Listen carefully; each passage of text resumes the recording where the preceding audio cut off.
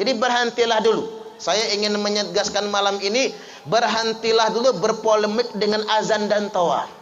Tugas kita ini bukan berpolemik, tugas kita ini memakmurkan masjid. Insya Allah. Baik hadirin wal hadirat, bapak-bapak dan ibu-ibu rahimakumullah. Pada kesempatan kali ini saya hendak menyampaikan materi tentang 10 golongan manusia yang tidak diterima sholatnya. Wah, berat materinya. Sholat aja belum udah bahas diterima apa enggak. Ini penting biar kita introspeksi. Karena udah keseringan saya bahas rajabannya. 10 golongan manusia yang tidak diterima sholatnya. Pengen tahu tidak? Pengen tahu aja apa tahu banget?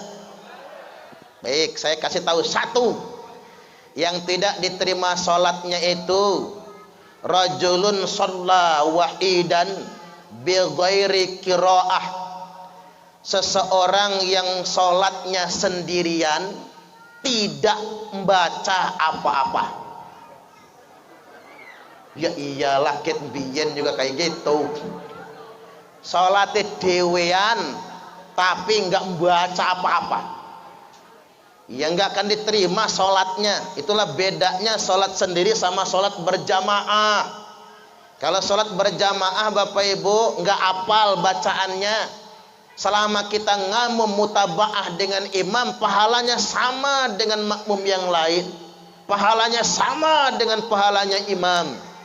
Makanya afdolnya kita mengerjakan sholat itu berjamaah. Sholatul jamaah, sholat secara berjamaah itu khairum min sholatil fardhi, lebih baik daripada sholat sendirian. Bisa ba'i wa isrina darajah, sampai 27 derajat satu dapat kita.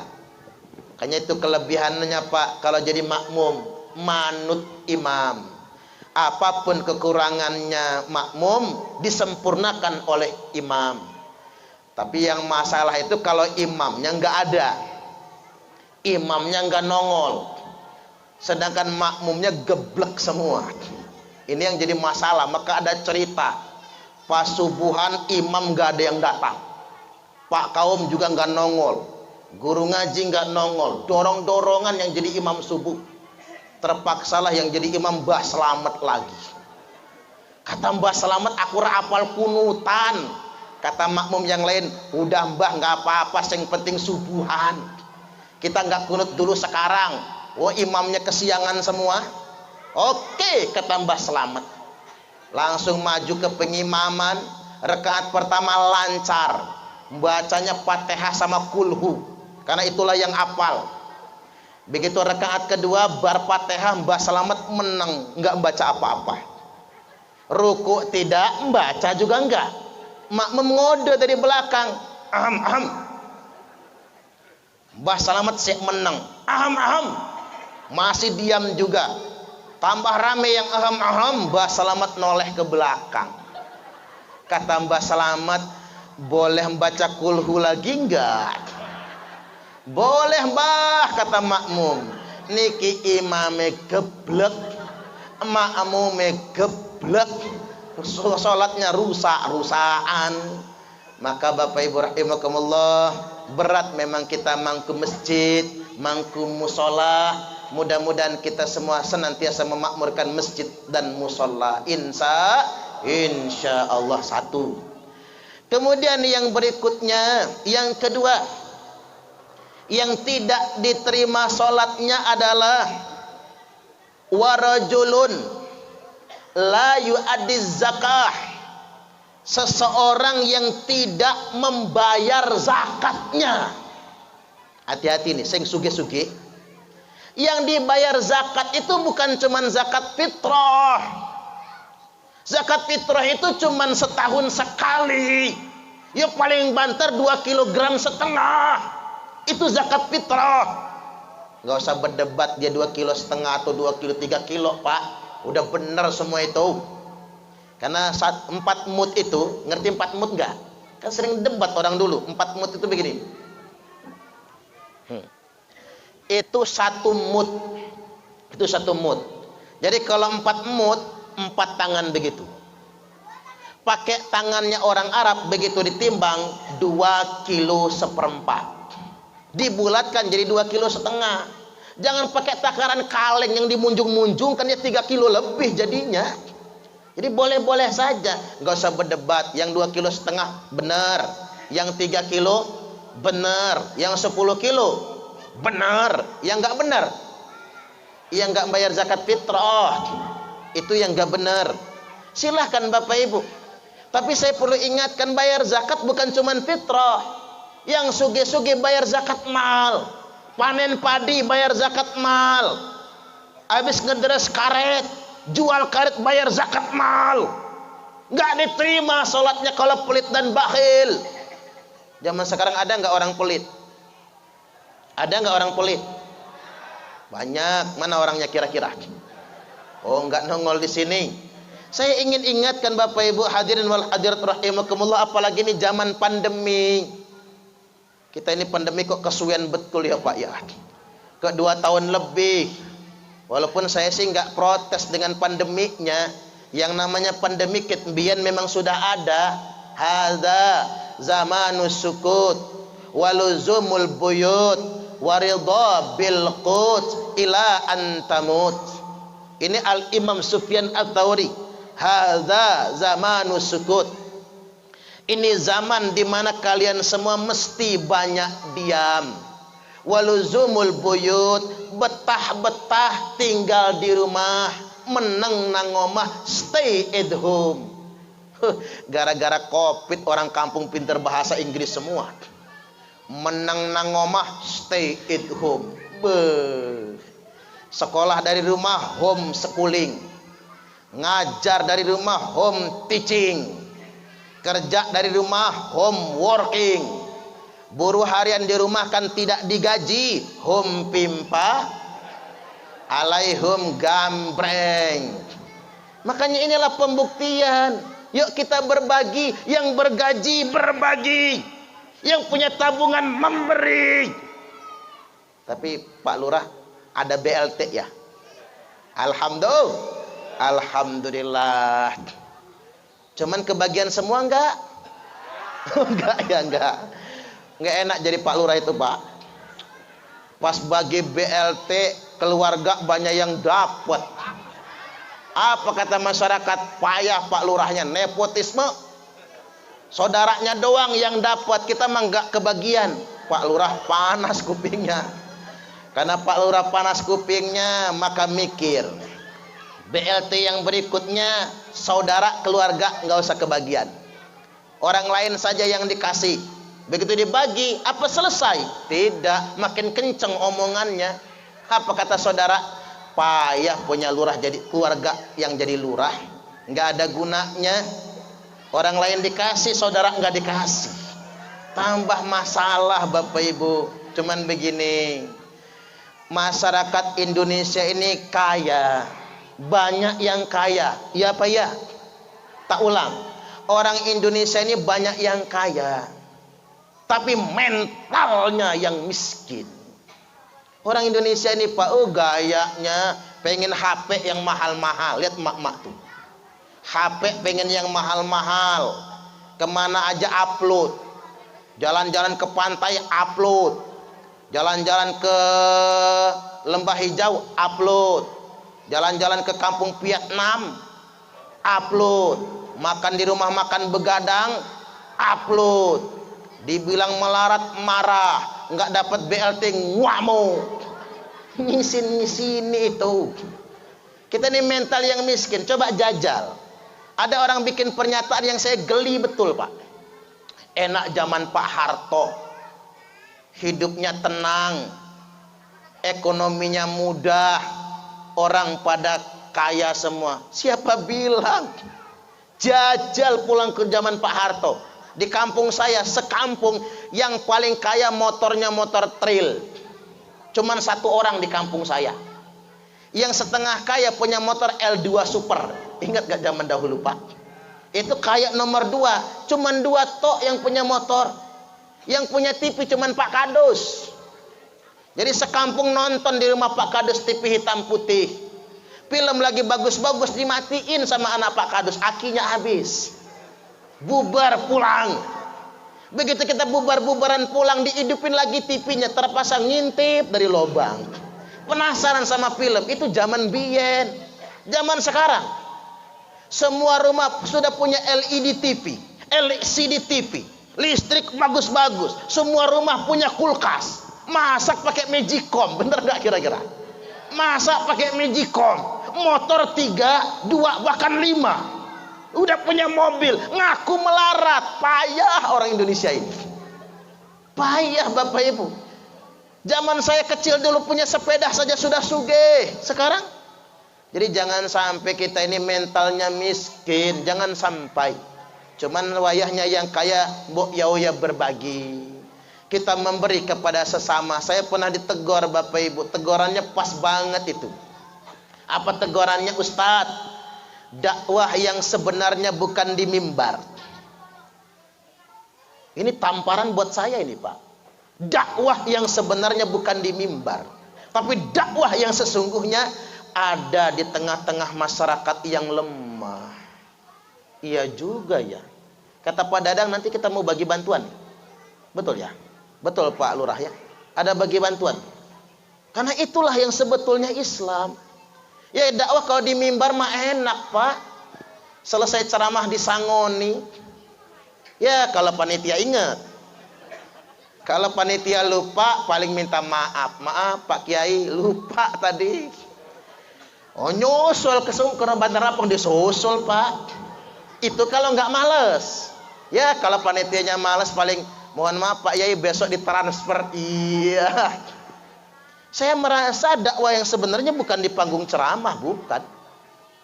Apalagi nang Bandar Lampung Pak, khutbah Jumat saja disangoni.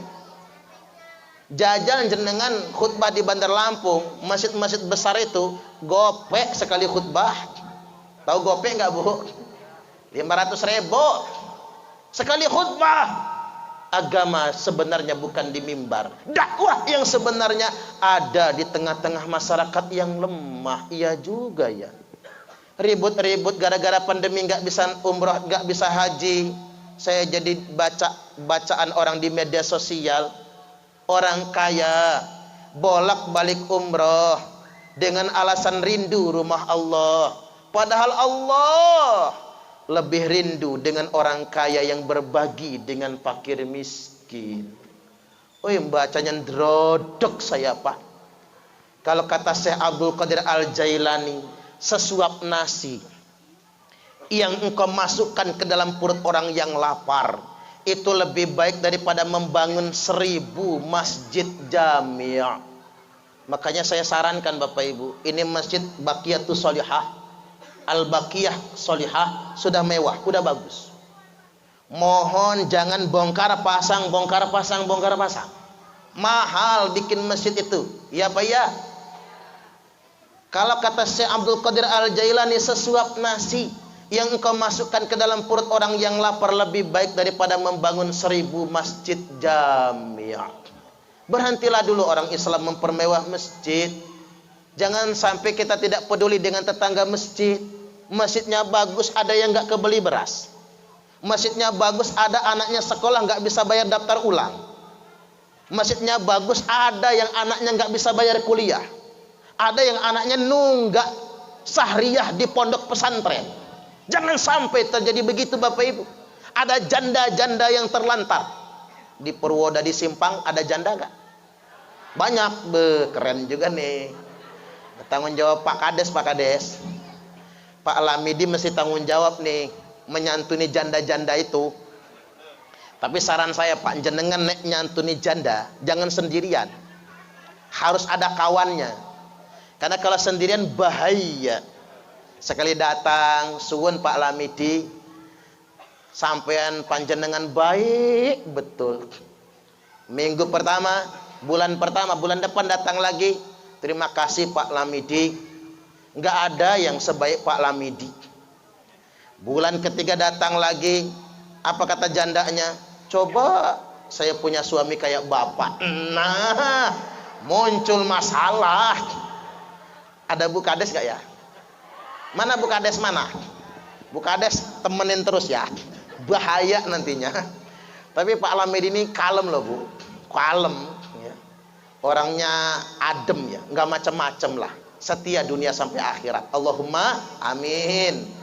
Balik lagi Bapak Ibu, yang kedua, rajulun la yu'addiz zakah, seseorang yang tidak membayar zakat. Tiga, yang tidak diterima sholatnya. Wa rajulun ya ummu qauman wa hum lahu karihun, seseorang yang menjadi imam suatu kaum tetapi makmumnya benci semua sama imam itu. Imam tersebut tidak diterima sholatnya. Boleh jadi imamnya dibenci gara-gara kelakuannya. Jadi imam di depan tapi ganjen, tiap janda lewat disuitin umpama, atau imamnya nggak bisa ngasih contoh. Jadi imam di masjid tetapi kelakuannya nggak benar. Jadi imam di masjid Ramadan kerjaannya ngudut. Ada di Bandar Lampung, di Purwodadi. Oh, nggak ada kalau di sini. Umpama Bapak Ibu, ini umpama imam yang tidak bisa jadi contoh. Termasuk imam juga Pak, sebaik-baiknya imam yang menyesuaikan diri terhadap makmum. Imam itu nggak boleh mengamalkan fikih yang beda dari keumuman makmum. Jadi imam itu harus ikut makmum, bukan makmum yang ikut imam kalau amaliyah fikih. Untuk yang diterapkan, contoh begini, Imam Masjidil Haram Syekh Sudais, kalau di Arab Saudi subuhnya nggak pakai kunut, karena menyesuaikan fikih resmi di Arab Saudi mazhab Hambali. Mayoritas rakyat Saudi tidak pakai kunut subuh. Tapi Syekh Sudais begitu jadi imam di Indonesia, Masjid Istiqlal Jakarta, pas subuhan baca doa kunut. Ditanya oleh wartawan, Syekh, di Arab Anda tidak baca doa kunut, tapi di Istiqlal Anda kok subuhan kunut? Kata Syekh Sudais, hada Indonesia, ini Indonesia, bukan Arab Saudi. Imam yang baik harus menyesuaikan diri terhadap makmumnya. Nah ini Pak, penting diketahui oleh para imam. Jangan sampai imamnya bikin sebel makmum. Makanya di Malaysia Pak, semua masjid imamnya wajib bermadzhab Syafi'i. Bukan cuma semua masjid, sekolah formal, sekolah non formal, semua sekolah di bawah naungan pemerintah wajib mengajarkan madzhab Syafi'i. Itu di Malaysia. Kalau di India, Pakistan madzhab Hanafi. Kalau di Arab Saudi madzhabnya madzhab Hambali. Indonesia saja yang terlalu longgar Bapak Ibu rahimakumullah. Tujuannya apa? Agar bisa menyesuaikan dengan masyarakatnya. 3 dapat kita. Sekarang yang keempat, yang tidak diterima sholatnya, warajulun syaribul khamr, seseorang yang minum minuman keras, khamar. Tahu khamar nggak Pak? Khamar itu kalau kata orang Batak, orang Medan, tua. Kalau kata orang Jawa, susu gendruwo. Susu juga tapi buat minum gendruwo. Emang kalau tak pikir-pikir Pak, khamar sama susu itu sama warnanya putih, betul nggak kira-kira? Kan khamar itu warnanya putih, susu juga putih. Makanya Nabi waktu Isra wal Mi'raj sempat bingung milihnya itu. Ketika Nabi sampai di Masjid Al-Aqsa, thumma dakhaltul masjida fa shallaitu fihi rak'atain, aku masuk masjid, kata Nabi, salat 2 rakaat. Thumma kharajtu, kemudian aku keluar, faja'ani Jibril, mendatangi aku malaikat Jibril, bi ina'im min laban, dengan segelas susu di tangan kanan, wa ina'im min khamrin, dan segelas khamar di tangan kiri. Nabi sempat mikir, pilih susu atau khamar, karena waktu itu Pak sama-sama putih warnanya, dan waktu itu khamar belum haram. Makanya Nabi mikir, susu atau khamar, khamar atau susu. Maka kata Nabi, fakhtartul laban, aku pilih segelas susu. Wa qala Jibril, Jibril berkata, ikhtartal fitrah Muhammad, pilihan kamu tepat sekali. Loh Jibril, seandainya saya tadi minum khamar, apa jadinya?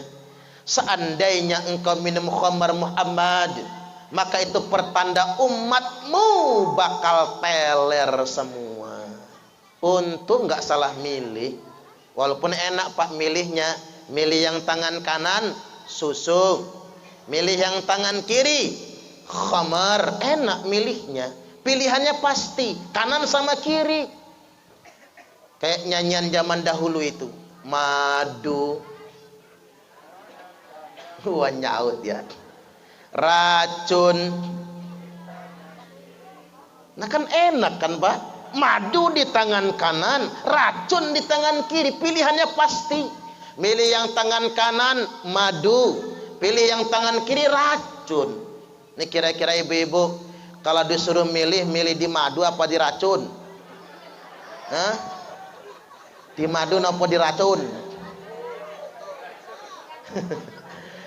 Ini apa pertanyaan yang salah ya? Milih yang tangan kanan susu, yang tangan kiri khamar. Milih yang tangan kanan madu, pilih yang tangan kiri racun. Kira-kira Bapak Ibu jenengan kalau disuruh pilih ibu-ibu, di madu nopo di racun? Enggak dua-duanya ya. Milih di madu makan mati, di racun mati. Nah artinya Pak, Nabi dulu milih karena alamatnya pasti. Yang repot ini kalau talbis. Apa itu talbis? Campur aduk. Itu yang repot. Madu campur racun, susu campur khamar, air campur bensin. Air kalau kecampur bensin repot.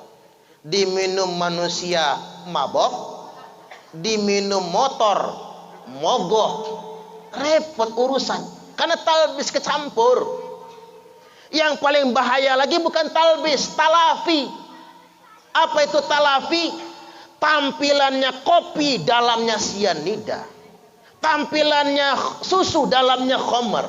Mereknya madu, dalamnya racun. Penampilannya malaikat, dalamnya belis.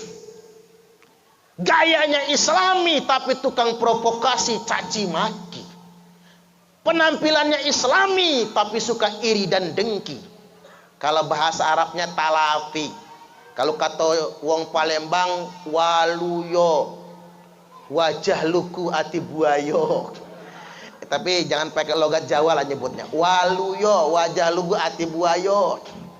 Maaf Pak, sing asmani waluyo. Ini waluyo Palembang, bukan waluyo Jawa, beda ya. Artinya kita tertipu dengan penampilan, lugu kayaknya tapi buaya di dalamnya. Ada nggak zaman sekarang, Bo? Yang mana? Yang mana orangnya? Kalau nongol di sini orangnya itu. Hati-hati. Jadi kembali lagi bahwasanya alamatnya pasti.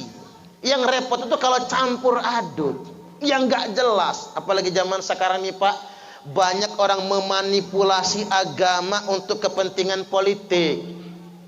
Saya ngambil studi kasus ya. Contohnya apa? Contohnya tuh kemarin yang rame-rame bendera hitam. Ya sekali-kali ngaji kebangsaan dulu kita ini. Bendera tauhid. Kebohongan terbesar di Indonesia abad ini adalah adanya sebutan bendera tauhid. Coba kita mikir. Sejak kapan tauhid itu punya bendera? Lama kita ngaji di pondok nggak ketemu istilah bendera tauhid. Ratusan juta rakyat Indonesia dibohongi Pak dengan sebutan bendera tauhid. Terus banyak orang nggak berani ngomong, banyak yang nggak berani ngomong kan? Padahal itu manipulasi dan penipuan. Kok orang percaya? Allahu Akbar. Padahal nggak boleh loh Pak. Nulis kalimat tauhid sembarangan tuh nggak boleh. Saya contoh ibu-ibu pakai kalung liontin, tulisannya Allah. Itu nggak pada tempatnya. Karena Nabi pernah pakai cincin tulisannya Muhammadur Rasulullah. Nabi masuk toilet, dilepas cincinnya, taruh di depan. Nah, ibu-ibu yang pakai kalung liontinnya Allah, kalau masuk toilet pom bensin, lepas kalungnya, taruh di depan. Hilang kalungnya itu. Begitu keluar dari habis pipis, kalung saya mana ya? Ternyata sudah ada yang mengamankannya. Banyak orang merasa islami tapi nggak islami. Makanya saya sarankan sama ibu-ibu, daripada lafaz Allah atau la ilaha illallah, liontin kalungnya lebih baik nama suaminya. Lamidiku sayang, keren. Arifinku sayang. Ini saya mau bahas dulu bendera hitam ini. Idza ra'aitumur rayatis sud. Apabila kalian semua sudah melihat bendera hitam dikibarkan, falzamul arda wala tuharriku aydiyakum wala arjulakum. Tetaplah pada bumi kalian masing-masing. Jangan gerakkan tangan kalian, jangan gerakkan kaki kalian, jangan ikut-ikutan mereka, karena mereka itu kelompok bendera hitam palsu. Tuh Pak. Jadi Pak Kades, ini saya kasih modal. Kalau ada di Purwoda di simpang ini yang pakai bendera hitam, sudah saya kasih modal untuk menghadapi mereka. Jangan sampai Bapak Ibu itu orang merasa memperjuangkan Islam pakai bendera palsu itu. Jadi sebelum Imam Mahdi memimpin pasukan, semua yang pakai bendera hitam palsu. HTI bendera hitam, ISIS bendera hitam, Al-Qaeda bendera hitam. Saya juga heran sekarang ini. Arab Saudi saja sudah mengeluarkan undang-undang baru di mana menghapuskan kalimat tauhid di bendera mereka. Ngapa Arab Saudi menghapus kalimat tauhid di benderanya? Karena Bapak Ibu, bendera Arab Saudi, kalau Arab Saudi lulus Piala Dunia, dijadikan gambar di bola, disepakin, ditendangin orang main bola, penghinaan kepada kalimat tauhid. Saya pernah nemu tiker Pak. Tiker itu ornamen bendera peserta Piala Dunia. Dan ada bendera Arab Saudi, tulisannya la ilaha illallah Muhammadur Rasulullah. Tiker untuk duduk. Subhanallah. Makanya nggak boleh di sembarang tempat nulis kalimat tauhid itu. Jangan sok islami. Ada yang di pagar rumah la ilaha illallah. Saya bingung mengingatkannya, gimana cara mengingatkannya. Karena tetangga sendiri Pak. Suatu hari ada anjing kencing di situ. Langsung tak foto, tak kirim Pak, anjing mengencingi kalimat tauhid. Besok langsung dicet sama dia Pak. Tidak ditampilkan lagi bendera tauhid. Hati-hati dengan bias-bias Islam, padahal menghina ajaran Islam itu sendiri. Hati-hati Bapak Ibu. Ini laga-lagaan di baju kaos ditulis kalimat tauhid. Ketiban istri nyuci diinjek-injek begitu. Itu merendahkan kalimat yang suci. Tauhid itu diyakini di hati, dizikirkan dengan lisan, la ilaha illallah, tahlilan namanya, dan diamalkan dalam kehidupan sehari-hari. Insya Allah. Balik lagi. Sampai mana kita tadi itu ya? Sampai Khomer ya Pak. Sampai Khomer. Nomor 4 sudahan ya. Sekarang nomor 5.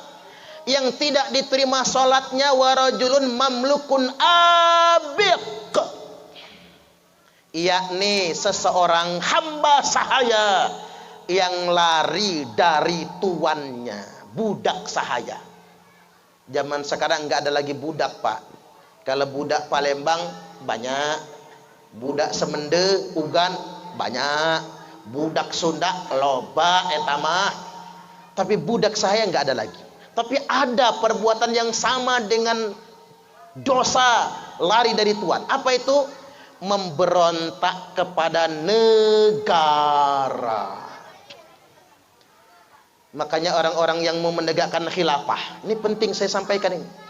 Nggak apa-apa ya bahas khilafah ya. Agak seruan dikit ngajinya itu. Bahas khilafah itu Bapak. Orang mau menegakkan khilafah.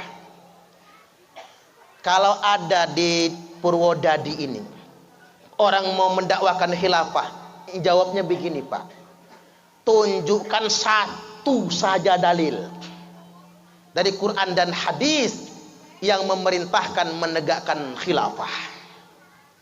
Pasti dia nggak bisa nunjukkan dalil, karena tidak ada satupun dalil yang memerintahkan menegakkan khilafah. Nah, mereka sekarang ngeles sama saya, Ustadz, emang nggak ada dalil yang memerintahkan, tapi kan nggak ada larangannya. Ngaku sekarang ya, nggak ada larangannya. Emang nggak ada larangannya, Pak? Tetapi disitulah letak larangannya. Kalau orang hendak menegakkan khilafah, sama saja dia hendak membubarkan negaranya sendiri. Ini masalah. Tak ulang lagi. Kalau orang hendak menegakkan khilafah, sama saja dia hendak membubarkan negaranya sendiri.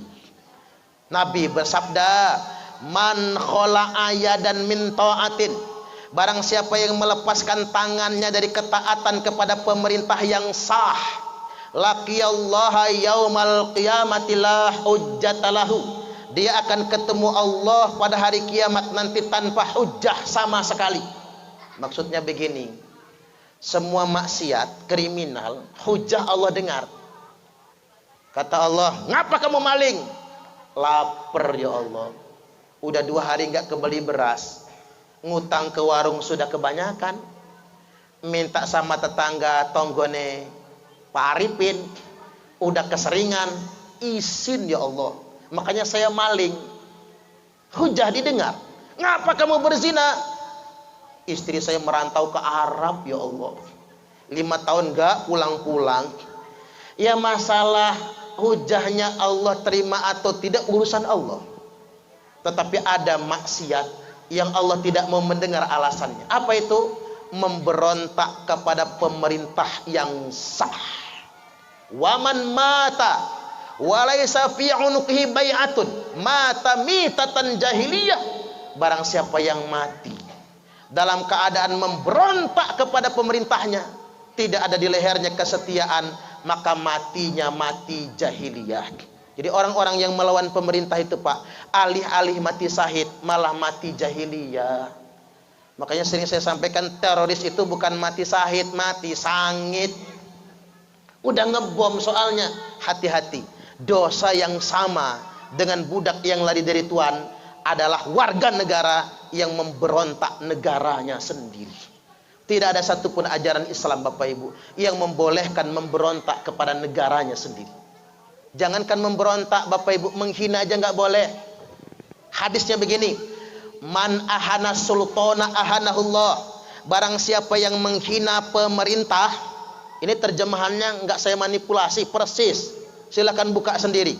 Barang siapa yang menghina pemerintah, maka pasti dia akan dihinakan oleh Allah. Nggak boleh. Makanya ada kejadian di Teluk, Pak, Teluk Betung, orang ceramah menghina presiden. Presiden banci, coba buka bajunya, buka celananya, jangan-jangan datang bulan, head dia. Itu pengajian akbar, Pak. Banyak yang datang, ada tentara, ada polisi. Saya nanya sama Pak polisi, nggak ditangkap orang itu? Waduh Ustadz, kalau ditangkap blunder, takut nanti dia dijadiin pahlawan, makin banyak pendukungnya. Akhirnya dia tidak dipidana, Pak. Padahal jelas-jelas menghina presiden. Itu bukan lagi mengkritik, menghina. Tapi sesuai dengan kata Nabi, sabda Nabi, orang yang menghina pemerintah pasti ada saja Allah akan menghinakannya. Benar, dia ngedengkulin anak orang, 2 remaja itu. Akhirnya dia masuk penjara gara-gara ngegebukin anak orang.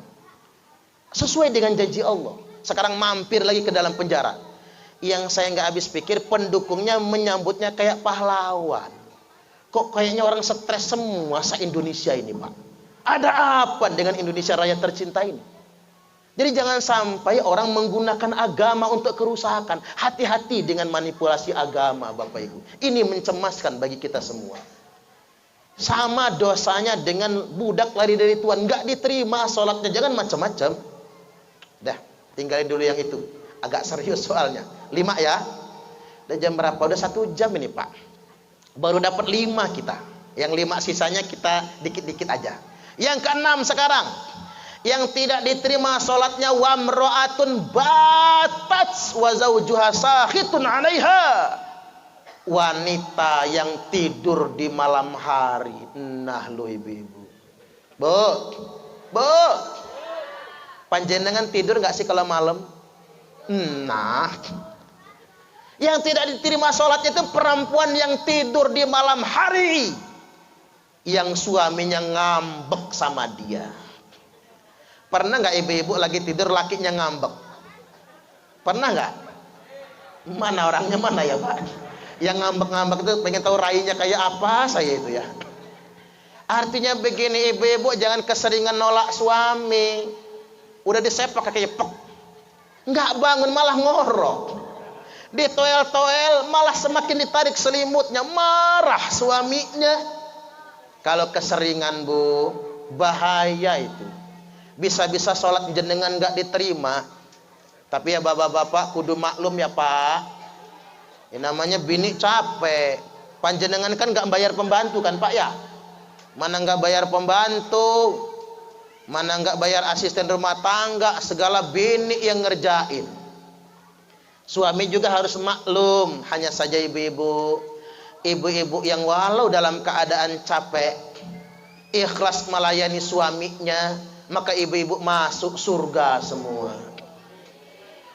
Kan sering saya sampaikan perempuan itu paling gampang masuk surga. Ibu-ibu kalau pengen masuk surga taat suami. Ibu-ibu kalau pengen masuk neraka ngelawan suami. Suami lagi tidur bu, sepak palanya. Gratis masuk nerakanya. Maka wajar Nabi bersabda, wa tala'tu finnar fara'aitu aktsara ahlihan nisa. Aku kunjung ke neraka, kata Nabi. Waktu Isra wal Mi'raj Nabi diajak ke neraka. Fara'aitu, dan aku lihat, kata Nabi, aktsara ahlihan nisa. Ternyata kebanyakan penghuni neraka itu perempuan. Mengapa perempuan banyak masuk neraka? Karena perempuan kurang syukur sama suami. Ada uang abang disayang, enggak ada uang abang ditendang. Kalau dompet laki lagi gemuk mau dipeluk-peluk. Kalau dompet laki lagi nipis, megang saja bilangnya najis. Jijai bajai najong tralala. Istri yang kurang syukur kepada suami. Makanya ibu-ibu pengen masuk surga enggak? Tak ajarin ya bu, kalau dikasih suami uang belanja 30 juta sebulan nerimo. Ya iyalah kalau segitu mah.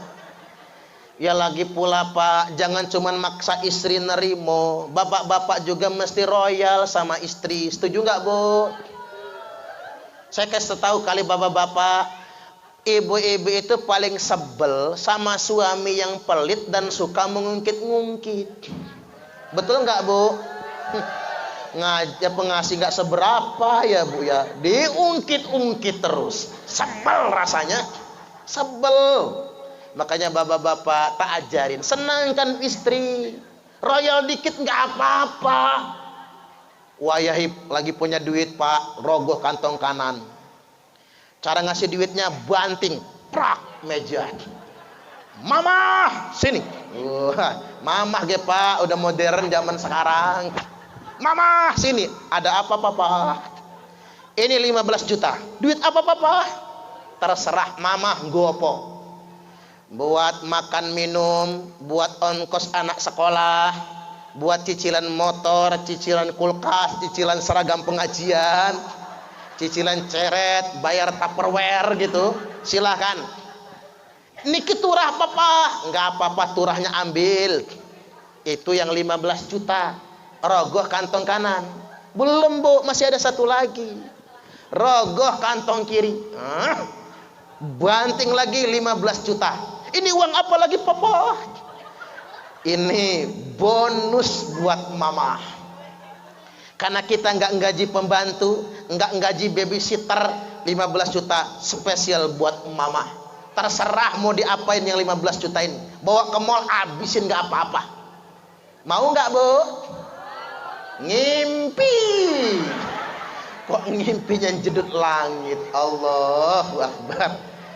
Tapi nggak apa-apa loh Pak, kalau mampu mah nggak masalah. Saya kasih tahu sama bapak-bapak, yang namanya nafkah istri itu dua. Satu buat kebutuhan rumah tangga, nafkah rumah tangga. Satu khusus untuk istri. Itu harus ada itu. Makanya bapak-bapak yang gajinya 50 juta sebulan ada nggak ya? Ya kalau ada nggak tinggal di Purwodadi lagi kayaknya ya.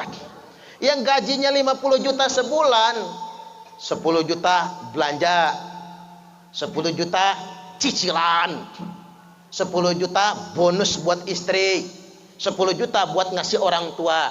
Saya ingin tegaskan sama ibu-ibu. Ada yang mengatakan begini, semua penghasilan suami adalah milik istri juga. Tidak. Itu salah Pak. Yang benar Pak, semua penghasilan suami itu punya istri. Suami boleh membaginya. Ini belanja, ini buat istri, ini buat keluarganya, ini buat orang tua. Itu penting Pak, boleh. Kalau ada, ini cuman 1,5 juta sebulan, dikasih ke istri, pening, mau pecah pala istri Pak ngaturnya. Ini cukup apa enggak kira-kira? Makanya suami Bu, kalau semua gaji dikasih ke istri, itu bukan suami yang baik, bukan. Tapi suami yang nggak mau beban, suruh bininya yang ngatur. Payah bapak-bapak nih. Allahu Akbar. Baik Bapak Ibu rahimakumullah, yang penting ibu-ibu qanaah. Kalau ibu-ibu qanaah ya masuk surga. Uang ibu-ibu itu kan pernah saya sampaikan, ibu-ibu ini nyucup tangan suami aja Bu. Cara nyucupnya begini, emah. Itu caranya ya. Nyucup tangan suami saja ibu-ibu mendapatkan pahala sama seperti 70 kali cium hajar aswad. Apalagi suaminya hitam kayak patat wajan itu Pak. Persis hajar aswad. Ibu-ibu nyuci baju suami, ibu-ibu dicabut 2000 dosa. Satu loh Bu. Bayangkan kalau ibu-ibu nyuci 10 baju suami, dapat 10.000 pahala, 20.000 dosa dicabut. Makanya Bu, kalau habis bikin dosa nyuci baju, bajunya si resik Pak Ustadz, yang bersih cuci lagi. Tanya suaminya, Pak, apa? Oh, kolornya mana Pak? Ya tak enggak lama, lepas Pak. Kirain mau ngajak apaan, ternyata pengen nyuci kolor tuh dia. Allahu Akbar. 6 ya. Yang ke-7 sekarang. Wa mru'atun hurratun tusalli bi ghairi khimar. Wanita merdeka yang sholatnya tidak pakai kerudung, tidak diterima sholatnya. Ya iyalah, jenengan kalau sholat pakai kerudung enggak? Ya pakailah, malah telepung ya Bu ya, panjang. Artinya pelajaran bagi kita, kalau sholat saja kita pakai nutup aurat, mbok yau keluar rumah juga nutup aurat. Ini enggak zamannya lagi Bu pakai lekton, enggak zaman. Sing kelek ketoken. Mana bulu keleknya nggak pernah dicukur lagi, campur ketombean ya Bu ya. Allahu Akbar. Tutup aurat kan cantik. Kan nggak enak juga Pak Bu, kalau ibu-ibu nggak pakai kerudung repot. Zaman biyen jarang orang pakai kerudung, nek kondangan pakai sanggul, repot kan. Zaman sekarang terserah Bu, tinggal tutup kerudung selesai. Walaupun rambutnya sudah ubanan juga nggak kelihatan. Zaman sekarang pakai kerudung nutup aurat. Kalau yang seksi-seksi itu yang dalam kamar aja loh Bu. Kalau dalam kamar wajib seksi. Apalagi wayahi malam Jum'ah. Ini malam apa ini? Nah, persiapan malam besok, persiapan. Wayahi malam Jum'ah, jeng jeng, teng teng teng. Pakai rok mini, nggo kelambi you can see alias lekton. Ibu-ibu masuk kamar, suami ngasih kode munaro, Bang Ocit pulang, prepet. Ibu-ibu langsung masuk kamar.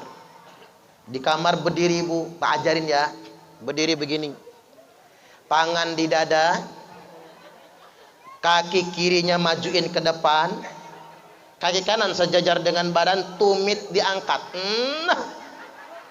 Dagunya diangkat sedikit, matanya mendelik, persis kayak Meriam Bellina. Pakai bedak sekotak, abisin gak apa-apa. minyak wangi balurin sekujur tubuh. Ini mah ibu-ibu boro-boro pak, mana pakai dasar abis masak tadi pagi, ngulek sambal terasi nggak cuci tangan, dikual-kual di bajunya. Begitu laki ikutan tidur kok bawa terasi ya. Ketiban ngeliat bininya matanya udah belean, hidungnya upilan, giginya jigongan, ngiler pula. Allahu Akbar. Istri yang dandan buat suaminya, istri yang dijanjikan masuk ke dalam surganya Allah Ta'ala. Allahumma amin. Duduk lagi gak Bapak. 7 ya, 8 sekarang. Yang tidak diterima sholatnya wa akilur riba, orang yang makan riba, rentenir. Di Purwodadi ada nggak sih rentenir itu? Ada. Waduh, payah. Nata ajarin rumusnya pak. Akilur riba itu artinya rentenir, orang yang membungakan uang atau melipat gandakan jumlah hutang setelah jatuh tempo. Nah kalau yang minjemnya itu bukan akil, karena dia korban, cuman sama-sama berdosa. Bedanya kalau yang minjem kafaratnya di dunia, tebusan dosanya di dunia. Makanya semua yang minjem rentenir pasti bangkrut. Makanya saya ingatkan sama Bapak Ibu yang masih punya utang rentenir, segera dilunasi. Tidak akan pernah berkah usahanya kalau masih minjem ke rentenir. Kalau dia kaya jatuh miskin, kalau dia sukses jadi bangkrut seandainya minjem ke rentenir. Beda sama rentenirnya. Kalau rentenirnya tambah sugih. Karena ngapa? Dosanya dibalas di akhirat nantinya. Walaupun rentenirnya sudah naik haji. Begitu di akhirat, ya Allah, saya minta surga. Kata Allah, ngapain kamu minta surga? Saya sudah naik haji, sudah kubayar, kata Allah. Kamu di dunia jadi rentenir. Kamu tambah kaya, tambah sugih, tambah sejahtera. Surgamu sudah di dunia, akhirat tidak ada bagian untukmu. Fama lahu fil akhirati min nasib, tidak ada bagian untuknya di akhirat nantinya. Makanya berhenti minjem ke rentenir. 8, 9 sekarang. Yang tidak diterima sholatnya wa imamun jair, pemerintah yang korupsi. Kata bapak-bapak, sekilit naruhnya di ujung. Bukan sekilit pak, urutan hadisnya memang begitu. Pemerintah yang korupsi. Makanya jangan sekali-sekali korupsi. Makanya tadi saya sampai guyon sama Pak Alamidi, Pak, jenengan lulusan apa? SMA, bagus. Jadi lurah itu lulusan SMA aja, biar nggak pinter-pinter amat korupsi. Itu maksudnya Bapak Ibu. Karena di Indonesia ini yang rusak itu orang-orang pintar semua. Iya kan? Yang korupsi kan yang pinter-pinter. Mana ada Bapak Ibu KPK nangkep petani lagi belepotan tanah sawah, nggak ada lagi. Yang ditangkap KPK itu orang pintar semua. Makanya jarene Gus Dur. Nah kita mengenang Gus Dur dulu ya. Presiden Republik Indonesia yang keberapa? Keempat. Kata Gus Dur, bangsa di dunia ini ada 4 golongan. 1, ada bangsa yang sedikit bicara, sedikit bekerja. Ini Nigeria, Somalia. Ngomongnya dikit karena lapar. Saya ini makanya ngomongnya banyak, tadi udah makan soalnya. Makanya ngomongnya agak banyakan. Coba kalau lapar dikit ngomongnya. Yang kedua, ada bangsa yang sedikit bicara tapi banyak bekerja. Itu Jepang, Korea. Negaranya seuprit tapi maju. Karena mereka sedikit bicara, banyak bekerja. Yang nomor 3, ada bangsa yang banyak bicara, banyak bekerja. Ini bangsa mana? Amerika, Cina, termasuk Rusia. Banyak ngomongnya, tapi kerjaan juga banyak. Makanya mereka bangsa yang maju. Bahkan hampir menjajah dunia. 3 negara yang berkuasa di dunia sekarang Pak. Amerika, Rusia, Cina. Amerika itu ngutangnya saja sama Cina sekarang ini. Saking suksesnya Cina itu.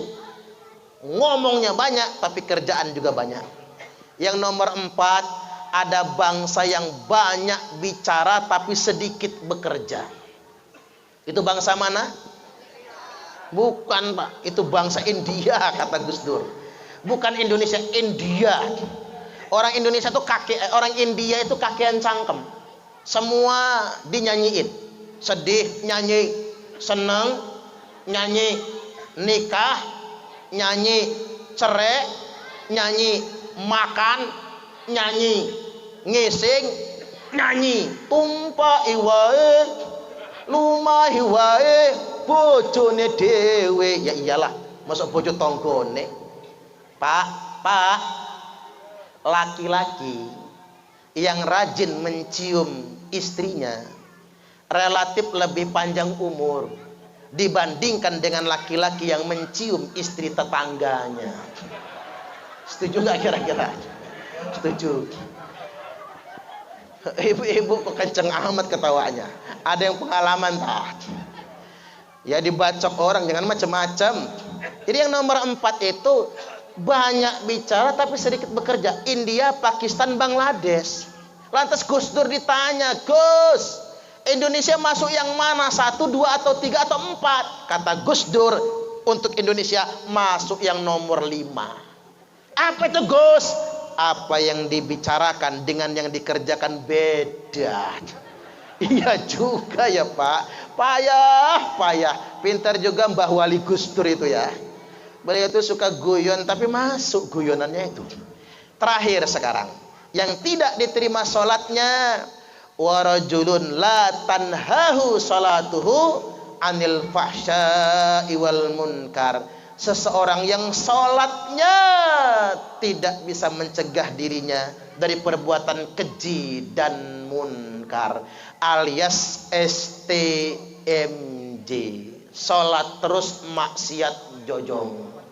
Sholat sih sholat tapi maksiat jalan. Makanya kita ini sudah rajin sholat, kendalikan diri kita, berusaha semaksimal mungkin agar sholat kita berpengaruh dalam kelakuan perilaku kita hidup sehari-hari. Ini saja dari saya Bapak Ibu, kurang lebihnya mohon maaf dan kepada Allah Ta'ala mohon ampun. Entah besok atau beberapa hari ke depan, karena nunggunya banyak videonya. Video ini saya upload di YouTube. Nanti jenengan jangan lupa nonton, di subscribe. Yang punya HP begini, yang nggak punya beli. Kalau punya duit, kalau nggak punya duit minta sama Pak Lurah. Kalau dikasih, masa Lurah suruh beliin HP? Baik Bapak Ibu, mudah-mudahan ini semua bermanfaat dan mudah-mudahan kita semua istiqomah menjaga sholat. Allahumma amin. Demikian dari saya, wallahul muwaffiq ila aqwamit thoriq. Wassalamualaikum warahmatullahi wabarakatuh.